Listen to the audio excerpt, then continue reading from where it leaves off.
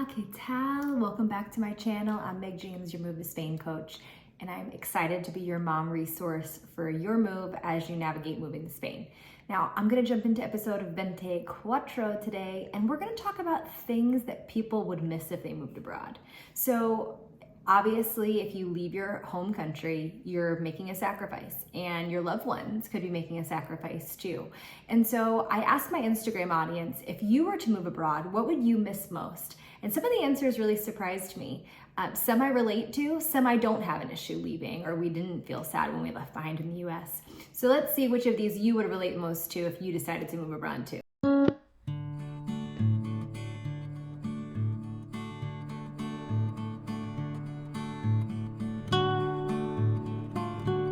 Okay, so the question for my Instagram community is, if you chose to move abroad, what would you miss most? What would be the hardest thing for you to leave?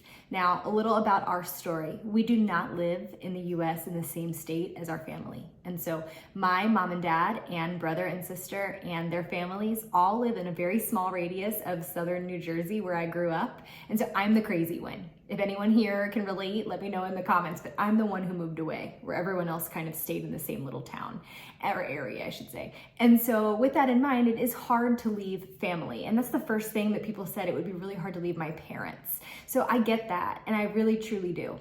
Our situation was a little different because we had moved to South Carolina and before that, Florida anyway. So we were already missing the day-to-day.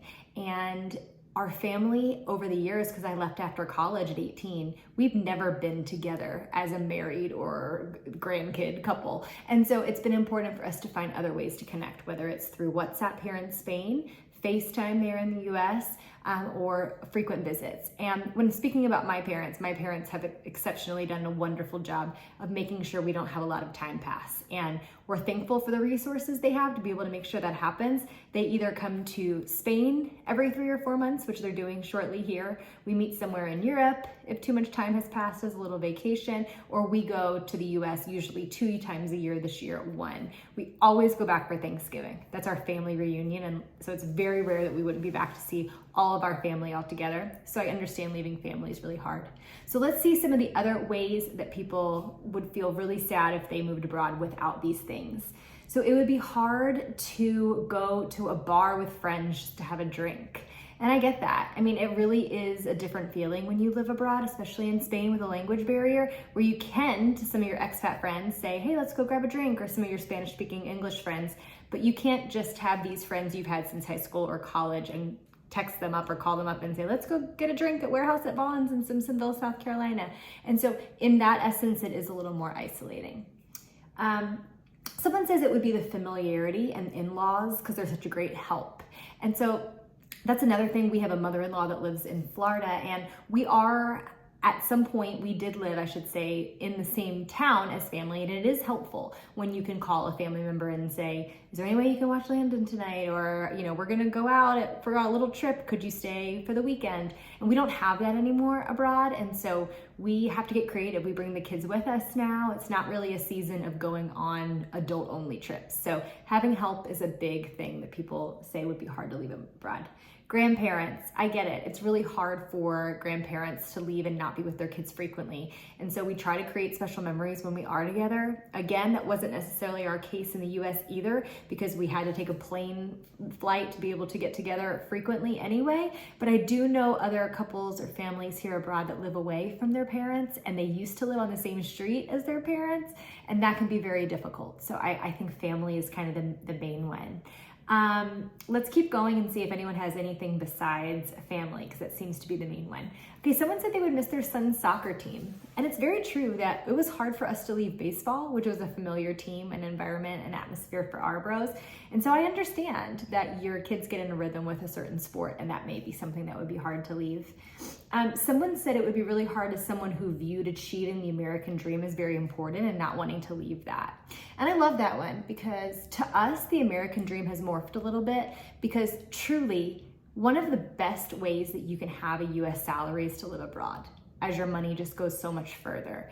And so our definition of the American dream has changed a little bit, where it's more focused on using the US company salaries that we have. We have 3 US companies, but being able to live abroad and showing our kids the world in this season. For people who are not world-minded or they're not interested in living in the nations, then I can understand how having that farmhouse, that house with a white picket fence, the chickens, the American dream lifestyle of the car and the job and the coming home on Fridays into this perfect kind of environment is their dream. And so some people would have a really hard time walking away from that dream. Some people said if they moved abroad, they would miss the food and some of the ease of the culture, which that's true. There's wonderful food in Spain, great Spanish food. I will say that there's not as much diverse food, which some people have commented. So your local best Chinese restaurant is not really as much of an option here in Spain. And so I understand that some of those comfortabilities would go away for sure. Someone said the idea of what success means. So just as someone who's come from Mexico and is married to a Mexican husband, you know, some people really do view success as living in the US. And sometimes I get comments from people that say like, why are you living in Spain as an American? Don't you want to live in the US? You know, a lot of people view it as the best country in the world, regardless of what's happening with politics or safety and other concerns. And it's just, it feels like a certain success point when you're able to live in the US. And so for some people, that's still really important and a reason that they wouldn't move abroad. Someone said, this is very sweet because it's always comes back to family, but someone said my mom, because we're contemplating moving away from her and how hard it will be, it will kill me. And I understand. I think it's even harder, to be honest. I haven't been faced in this particular situation, but when you have a mom who maybe doesn't have their spouse alive or there's no other local family to support them. So in both of our cases, both in-laws and my parents, they have family all surrounding them, so no one's truly alone. So I could think that could be very hard as well. So thank you for sharing that. Someone said community of kind of found family, of people that they've made family, and daily beach adventures with the bros. So you can definitely get daily beach adventures with your boys in Spain too. But community is a big one. And because of the language barrier, which I've mentioned, and also other factors, you just don't create community as much in Spain. Spanish people have their friends, they have their family, and they're much less likely than Americans to say, hey, come over for dinner, because you know, they meet at restaurants or they meet at parks, and it's just a different culture. And so building community takes a lot of time. We probably have 2 or 3 couple friends that are Americans that we rotate seeing on the weekends. And we're grateful for the community, the expat community we have here, but it is different than that of the US. All right, let's see what else other people said. Someone said financial security. And so in some cases, you may have to have left your US job to be able to move to Spain, and that would take away your financial security. So I could understand how choosing to move may not make sense in that scenario. Our scenario was when my husband had a decision to make. He chose to quit his job. And when he did so, we fortunately have had the ability to create our own forms of income through 3 US-owned businesses. But not everyone has either those successes or the ability to invest and do that. And so I can understand how people would be hesitant to leave a job, say, and benefits and things that they have, and 401ks and things, because they'd be hesitant about their financial future. Someone says, let's see, the 3 F's, family, friends, and food. So maybe that in general kind of sums up how everyone is feeling about how they would be sad to leave things behind. It's all coming back to family, right? Someone said our community, because it's really hard to make friends as an adult, and this is so true. It does help to have kids, because then your kids have friends and you become friends with their families, but you know, it is different abroad for sure.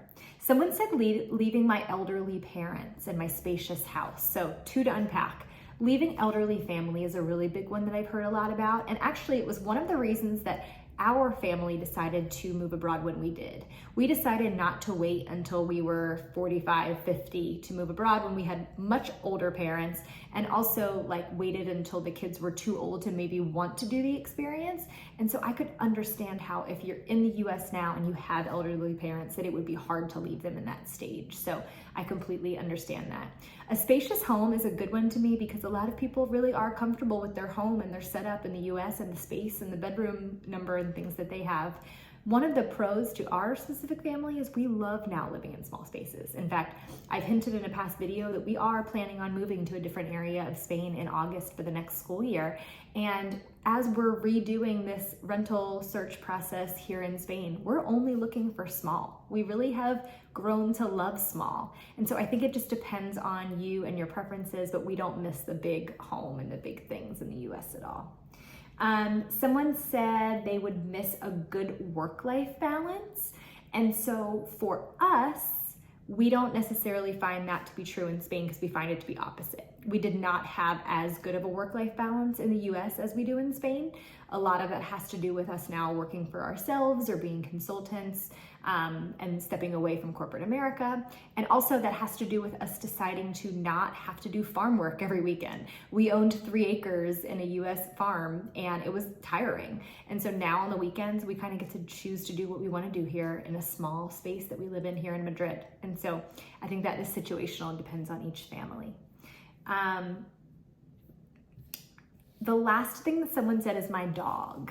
And that one I really understand because we had to rehome a dog when we moved here. Now there are many services that help you get your animals abroad too, but our dog had an unfortunate situation of where he bit my sister's dog right before we were moving to Spain. So it was not going to be easy to obtain him a passport, a pet passport, to be able to move to the EU because of that. And also he was a huge farm dog. He would not do well in an apartment. We rescued him several years ago. And so he has since been rehomed with a wonderful family right near our hometown in South Carolina. But not every situation can you bring your pets, and that could be a heartbreaking decision of why not to leave, especially if they're farm animals. We did have 12 chickens that we rehomed before we moved here to Spain. Okay, I have a few more. I was gonna be done, but I'm not. A church. This is a really good one because although there is some Christian community in Madrid and Spain in general, it is not the same as going to a non-denominational church in the US. And so while we've tried different churches and we're currently a member of one, it just doesn't feel the same, especially with language barriers or just, you don't know the people in the congregation as much, so you may not be as comfortable. And so we as a family have done alternative things like doing family weekly Bible studies, trying to go to church as frequently as we possibly can just to connect with some of the locals, but it definitely is a challenging experience abroad. Someone said my king size bed. And I love that one. We have an incredible mattress in our upstairs attic as storage in our farmhouse. And we think about our mattress often. My back thinks about our mattress often. So that is one I can definitely relate to. Someone said that if they moved abroad, they would miss customer service because it's terrible in Spain. So they might have been reading my mind. I did a post on this on Instagram just recently, and I agree. Unfortunately, customer service in Spain is the pits. There are obviously some great locally owned businesses that have great owners, but for the most part, if you walk into like a bank or a supermarket, it's more like you're irritating the worker than being helpful, where in the US, you just get a totally different customer is right kind of experience. So that is a sacrifice and something that I miss in the US too. Target, let's end on Target. Someone said the worst thing for them would be to leave Target. And I personally don't miss any of the big box stores that I used to shop in. Like they have Costco here in Spain, but like the Target, the Walmart, those kind of big American stores you can think of, the Best Buy, the Barnes & Noble, I don't think about them at all, honestly. There's really no need for me to have to go to a Target now.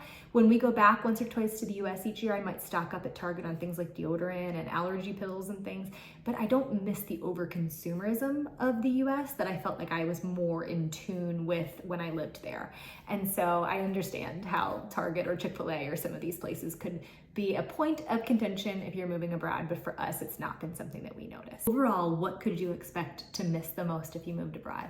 Hands down, the number one answer is family.